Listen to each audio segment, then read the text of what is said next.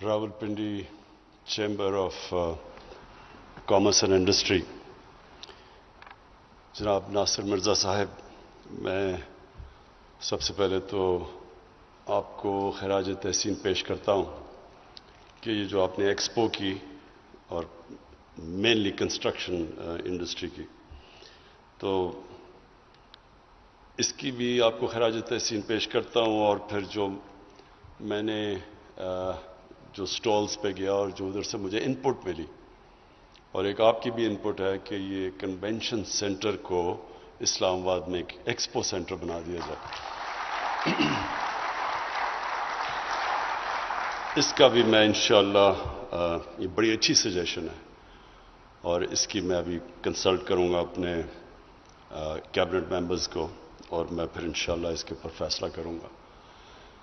دیکھیں جی، سب سے پہلے میری ویژن کیا پاکستان کی، تاکہ جب میں آپ کو ویژن بتا دوں تو اس کے اندر پھر میں آپ کو بتاؤں گا کیا کیا چیزیں اس ویژن کے اندر فٹ کرتی ہیں اس ویژن کو پہنچنے کے لیے. تو سب سے پہلے ویژن پاکستان کی یہ ہے کہ ہم لوگوں کو غربت سے نکالیں.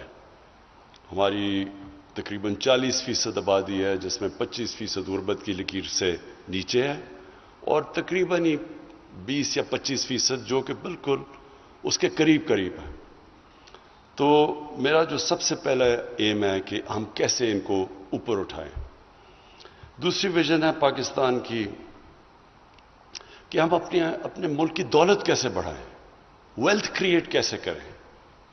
ملک میں ہم کیسے یہ ملک جو کہ ایک وقت پہ 60s میں جب ہم بڑے ہو رہے تھے تو یہ بڑی تیزی سے ملک آگے جا رہا تھا. یہ سارے جو آج ایشین ٹائیگرز ہیں یہ پاکستان کی طرف دیکھا کرتے تھے. ملیشیا نے آ کے پاکستان سے سمجھا کہ کیسے آگے بڑھنا ہے. ساؤتھ کوریا نے پاکستان کا فرسٹ 5 ایئر پلان آ کے اسٹڈی کیا. تو ہم وہ ایک ماڈل تھے ڈیولپمنٹ کے، اور پھر ہم نے اپنی آنکھوں کے سامنے اس ملک کو نیچے جاتے دیکھا. تو جو سیکنڈ چیز یہ ہے کہ پاکستان کو کیسے اس مقام پہ لے کے جائیں جو اس کا پوٹینشل ہے. بہت پوٹینشل ہے اس ملک میں، کیونکہ اگر پوٹینشل نہ ہوتا تو ایک وقت پہ تیزی سے اوپر نہ جا رہا ہوتا. ہمارے ادارے آؤٹ اسٹینڈنگ نہ ہوتے، پی آئی اے بڑی ایئر لائن نہ ہوتی، ہماری اس وقت بینکرز اگر وہ نہ نیشنلائزیشن ہوتے تو ہمارے بڑے آؤٹ اسٹینڈنگ بینکرز تھے جنہوں نے جا کے BCCI دنیا کا ایک ٹاپ بینک بنا دیا. تو بینکرز تھے تو بنا. تو ہر چیز میں پاکستان ایک وقت پہ بڑی تیزی سے اوپر جا رہا تھا. تو ہم کیسے اس کو واپس ادھر لے کے جائیں جو اس کا اصل مقام ہے، اور اس میں کیا کیا قدم اٹھانے ہیں اس کو وہاں لے جانے کے لیے. اور پھر اسی کے ساتھ ریلیٹڈ ہے کہ ایک ملک خوددار ملک بنے.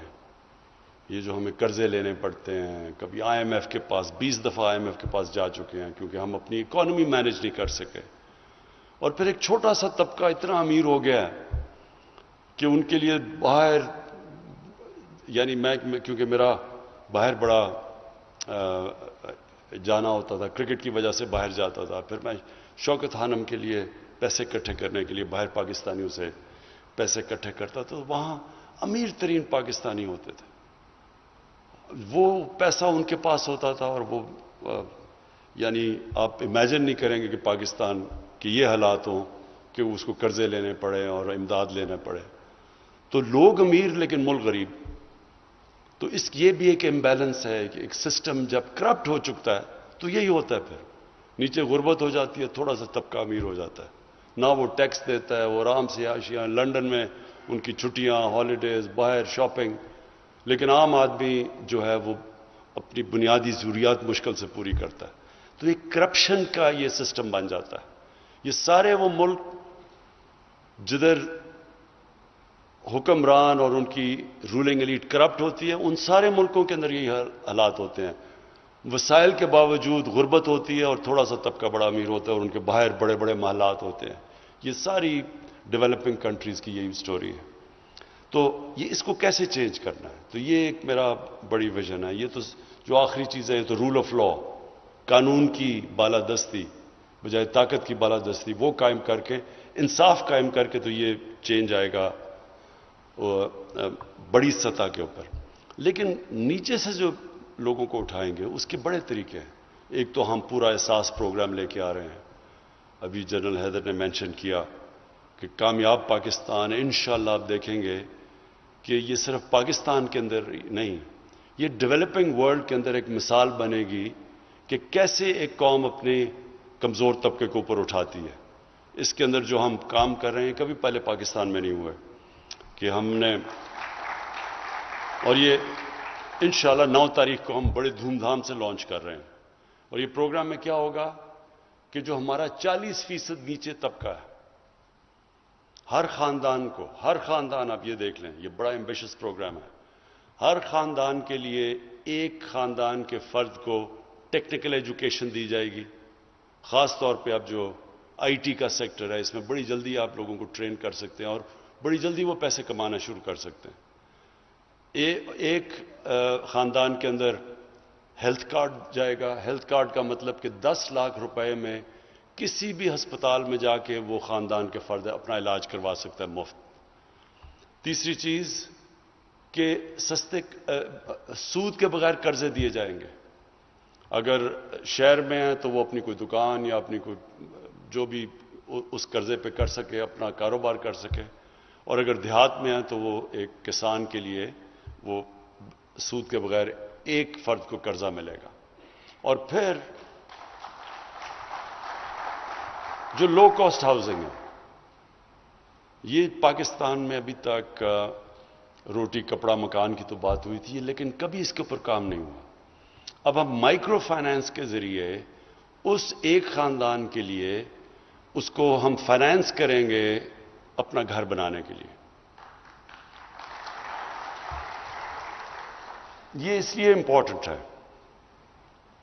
کہ کیونکہ لوگوں کے پاس کیش نہیں ہوتا گھر بنانے کے لیے، تو ہمارے شہروں کے اندر یہ پھیلتی جا رہی ہیں کچی آبادیاں. کراچی تقریباً 40% کچی آبادی بن چکا ہے. اور کیسے لوگوں کے پاس جب کیش نہیں ہوگا اور کیش کے بغیر گھر نہیں بنا سکتے، تو یہ جو ہم نے بڑی جدوجہد کی اس قانون کو عدالتوں سے نکالنے کے لیے، جس کو کہتے ہیں فور کلوجر لا، جب تک قانون نہیں ہوگا کہ اگر کوئی قسط نہیں دیتا تو اگر وہ بینک ایکشن نہیں لے سکے گا اس کے اوپر، وہ قرضے ہی نہیں دیں گے. تو اس لیے پاکستان میں ہاؤس فائنینسنگ کا کانسیپٹ ہی نہیں ہے. 0.2% پاکستان کے اندر اب تک گھروں کے لیے قرضے دیے جاتے ہیں. ہندوستان جو ہمارے ساتھ ہی ادھر بھی بڑے مسئلے ہیں، وہاں 10% پہنچ گئے. اور ملیشیا میں 30% ہاؤس فائنینسنگ ہے. اور یورپین امریکہ 80% سے اوپر ہے وہاں. تو ہمارے ملک میں تو کانسیپٹ ہی نہیں ہے ہاؤس فائنینسنگ کا. تو یہ 2 سال ہمیں لگے اس قانون کو، بڑی محنت سے یہ فائنلی قانون پاس کیا گیا. تو اب اس سے پہلی دفعہ پاکستان میں موقع ملے گا اس طبقے کا جس کے پاس کیش نہیں ہے گھر بنانے کا، ان کو اب ہم چانس ملے گی کہ وہ بینک سے پیسے لے کے تو اپنے گھر بنا سکیں. اور پھر جو نچلا طبقہ ہے اس کو پروٹیکٹ کرنے کے لیے گورنمنٹ سبسڈائز کر رہی ہے اس کو. ہم ان کے لیے 5 مرلے کے اوپر ہم نے پورا پلان بنایا ہوا کہ ہم صرف 5% سے اوپر سود نہیں جانے دیں گے. 5 یا 3؟ ہاں نہیں، کامیاب پاکستان میں تو بالکل ہم ان کو سود کے بغیر قرضے دے رہے ہیں. لیکن اس کے علاوہ جو کہ ہم چھوٹے لو کاسٹ ہاؤسنگ کے لیے ہم نے فریز کیا ہوا ہے 5%. ہاں، سو ہم نے 5 اور 3% کے اوپر فریز کیا ہوا ہے کہ ہم ان کو سبسڈائز کریں گے. گورنمنٹ اس سے اوپر سارا اٹھائے گی انٹرسٹ، تاکہ لوگوں کے اوپر مثلا ہماری کوشش یہ ہے کہ جو خرچہ ایک عام گھر کرتا ہے کرائے کے اوپر، بجائے کرایہ دینے کہ وہ قرضوں کی قسطیں دے کے گھر اپنا بنا لے. تو یہ ایک انشاءاللہ پاکستان کی ہاؤسنگ میں آپ دیکھتے رہیں گے بہت بڑی ریولوشن آ رہی ہے. اور اس سے پھر ایک تو سب سے بڑا کام کریں گے کہ عام لوگوں کے لیے گھر بند اپنی چھت ہوگی. لیکن اس سے بڑا یہ ساری انڈسٹری اٹھ جائے گی کنسٹرکشن کے ساتھ. 30 ابھی جو میں نے دیکھے ہیں ڈفرنٹ ٹائلز ہیں، نل کے جتنے بھی دروازے، یہ ساری جو انڈسٹریز ہیں وہ سب چلنی شروع ہو جاتی ہیں جب کنسٹرکشن اٹھتی ہے. تو یہ میرا کوشش یہ ہے کہ ملک کو لوگوں کو روزگار بھی ملے، کیونکہ کنسٹرکشن چلے گی. سب سے زیادہ شہروں میں روزگار کنسٹرکشن سے ملتا ہے. پھر ویلتھ کریشن ہو، کیونکہ اس سے ساری اکانومی چلنی شروع ہو جاتی ہے. ملک میں انشاءاللہ جو ہماری ٹیکس کلیکشن کی آپ نے بات کی، جب اکانومی چلے گی تو ٹیکس زیادہ اکٹھا ہوگا. وہ اور بات ہے کہ ایف بی آر کے اندر بھی ہم ریفارمز کرنے کی اب کوشش کر رہے ہیں، آٹومیشن لے کے آ رہے ہیں تاکہ ایف بی آر کے اندر بھی ریفارمز ہو. لیکن ویلتھ کریشن سے ہم پیسہ اکٹھا کریں گے، اپنی ریونیو اکٹھا کریں گے، جو کہ پھر جس کے اوپر ملک چلتا ہے. اور جو اس کا دوسرا فیز ہے کنسٹرکشن انڈسٹری، اس کے لیے جس طرح جنرل حیدر نے بتایا، ہم نے بڑے انسینٹیوائز کیا. اور میں نے جب کنسٹرکشن انڈسٹریز کی میٹنگز لیں تو مجھے اس چیز کا احساس ہوا کہ ہمارا جو سسٹم ہے، وہ جو ایک وقت پہ سسٹم بنتا ہے سہولت پیدا کرنے کے لیے انڈسٹری کی، جو لوگوں کے لیے سہولت پیدا کرنے کے لیے سسٹم بنتا ہے، وہی سسٹم جب ڈی جنریٹ کرتا ہے، جب وہ خراب ہوتا ہے تو وہی رکاوٹ بن جاتا ہے. تو ابھی میں جب لوگوں سے بھی بات کر رہا تھا تو مجھے اندازہ یہ تھا کہ ہم نے اس چیز کا ہمیں احساس نہیں ہوا کہ یہ جو کنسٹرکشن ہے، اس سے تو اکانومی اٹھتی کنسٹرکشن پہ ہے. لیکن جب میں یہ میٹنگز لی تو میں نے ریئلائز کیا کہ ہر جگہ رکاوٹ کنسٹرکشن انڈسٹری کے لیے تھی. تو اس لیے ہر ہفتے میٹنگ کر کے آہستہ آہستہ یہ رکاوٹیں دور کی، جس کی وجہ سے ماشاءاللہ آج ہمارا کنسٹرکشن سیکٹر تیزی سے اوپر جا رہا ہے. لیکن میں نے یہ بھی سوچا کہ یہ ہر جگہ یہی پرابلم ہے. اب ہم ساری چیزیں تقریباً امپورٹ کرتے ہیں پاکستان میں، بڑی کم چیزیں بناتے ہیں، لیکن کبھی کسی نے اس کی اوپر توجہ نہیں دی کہ ہم کیوں امپورٹ کرتے ہیں. 22 کروڑ ہے پاکستان کی آبادی. 22 کروڑ آبادی کا مطلب بہت بڑی مارکیٹ ہے پاکستان. انٹرنل مارکیٹ اتنی بڑی ہے. تو جب 22 کروڑ کی آپ کی آبادی ہو تو کیا وجہ کہ ہم اکانومیز آف اسکیل نہیں کر سکے؟ ہم کیوں نہیں چیزیں پاکستان کے اندر بنا سکے؟ ساری ملٹی نیشنلز کو اصولاً پاکستان آنا چاہیے، کیونکہ اتنی بڑی مارکیٹ ہے. ان کو یہاں اپنی انڈسٹری ریلوکیٹ کرنی چاہیے. لیکن ہر جگہ ایک سسٹم رکاوٹیں ڈالا ہوا بیٹھا ہے، جو کہ ایک بجائے انسینٹیوائز کرنے کے انڈسٹری کو یا امپورٹ سبسٹیوشن میں، وہ بلکہ ایک رکاوٹ بنا ہوا ہے. تو ہم نے اب یہ اگلا جو میرا پورے اب کانسنٹریشن ہوگی پاکستان میں، ایکسپورٹس کیسے بڑھانی ہے اور امپورٹ سبسٹیوشن کیسے کرنی ہے. کیونکہ جب تک ہم اپنے اس ملک میں زیادہ ڈالرز پاکستان میں نہیں آئیں گے بنسبت جو پاکستان سے باہر زیادہ ڈالرز جاتے ہیں، جس کو کہتے ہیں کرنٹ اکاؤنٹ، اگر یہ ڈیفیسٹ میں رہے گا ملک آگے نہیں بڑھ سکتا. اگر اس ملک نے آگے بڑھنا ہے، ویلتھ کریشن ہے، ملک نے دولت میں اضافہ ہونا ہے، تو وہ ضروری ہے کہ ہم اپنی ایکسپورٹس بڑھائیں اور ایکسپورٹس بڑھائیں اور پھر امپورٹ سبسٹیوشن کریں. کیونکہ ابھی میں یہ دیکھ بھی رہا تھا کہ کئی چیزیں، اب چھوٹی سی چیز ہے، ٹائلز کے اوپر گلیز کو امپورٹ کرنا پڑتا ہے. کیا وجہ ہے؟ کوئی راکٹ سائنس تو نہیں گلیز بنانا پاکستان میں. ایک ملک اگر نیوکلیر ویپنز بنا سکتا ہے اس کے لیے، اور راکٹ سائنس جس ملک میں ہے اس میں کیا مشکل ہے کہ چھوٹی چھوٹی چیزیں گلیز اور یہ چیز، صرف اس لیے کہ سسٹم میں رکاوٹیں ہیں. اور اگر ہم انسینٹیوائز کر دیں تو سب کچھ بن سکتا ہے. تو اب میری اگلی، آج ہی میں ایکسپورٹرز کی میٹنگ کر کے آیا ہوں اور میرا پورا پلان ہے کہ اب ایکسپورٹس کو ہم ہر طرح ان کو انسینٹیوائز کریں گے، سارے ایکسپورٹ سیکٹر کو، اور جدھر ہو سکے لوگوں کو انکریج کریں گے ایکسپورٹس کرنے کا. کیونکہ ویلتھ کریشن ایکسپورٹس کے ساتھ ہوتی ہے. اور اگر چائنا کی اگر آپ دیکھ لیں کہ انہوں نے جو ایک فینومینل پاور بنا ہے، تو انہوں نے بڑا سوچ سمجھ کے اپنے ملک میں ایکسپورٹس کو انسینٹیوائز کیا تھا. کیسے ایکسپورٹس پروسیسنگ زونز پہلے بنائی، کیسے باہر سے کمپنیز آئیں، پھر انہوں نے ٹیکنالوجی ٹرانسفر ہوئی، اور یہ ہمارے سامنے 35-40 سال کے اندر دیکھتے دیکھتے چائنا کہاں پہنچ گیا. اور کوئی وجہ نہیں کہ ہم پاکستان اوپر نہیں جا سکتا. صرف ایک ہی وجہ ہے کہ ہم نے کبھی سوچا ہی نہیں اس چیز کے اوپر، ہم نے کبھی اس کے اوپر کانسنٹریٹ ہی نہیں کیا کہ اگر ہم نے آنے والی جنریشنز کو ان کے لیے ویلتھ کریشن، اس ملک کی دولت بڑھانی ہے، تو وہ تو ہو ہی نہیں سکتی جب تک ایکسپورٹس نہیں بڑھیں گے. اور اگر ایکسپورٹس نہیں بڑھیں گی، تھوڑی دیر کے بعد پھر کرنٹ اکاؤنٹ کا کرائسس آئے گا،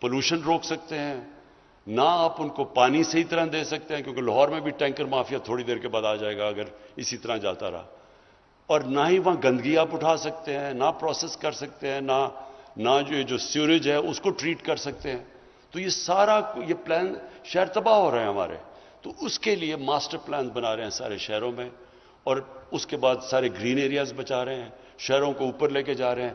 شہروں کے اندر جو ابھی بچ گئے ہیں گرین ایریاز ان کو بچا رہے ہیں، اور پھر جو قبضے ہوئے ہیں شہروں کے اندر سرکاری زمینوں پہ طاقتور لوگوں نے قبضے کیے ہوئے ہیں، ان قبضہ گروپس کے پیچھے جا رہے ہیں اور یہ قبضے ختم کر رہے ہیں اور ان ساروں کو گرین ایریاز کے اندر کنورٹ کر رہے ہیں تاکہ ہمارے آنے والی نسلوں کے لیے ہم ایک بہتر پاکستان چھوڑ کے جائیں.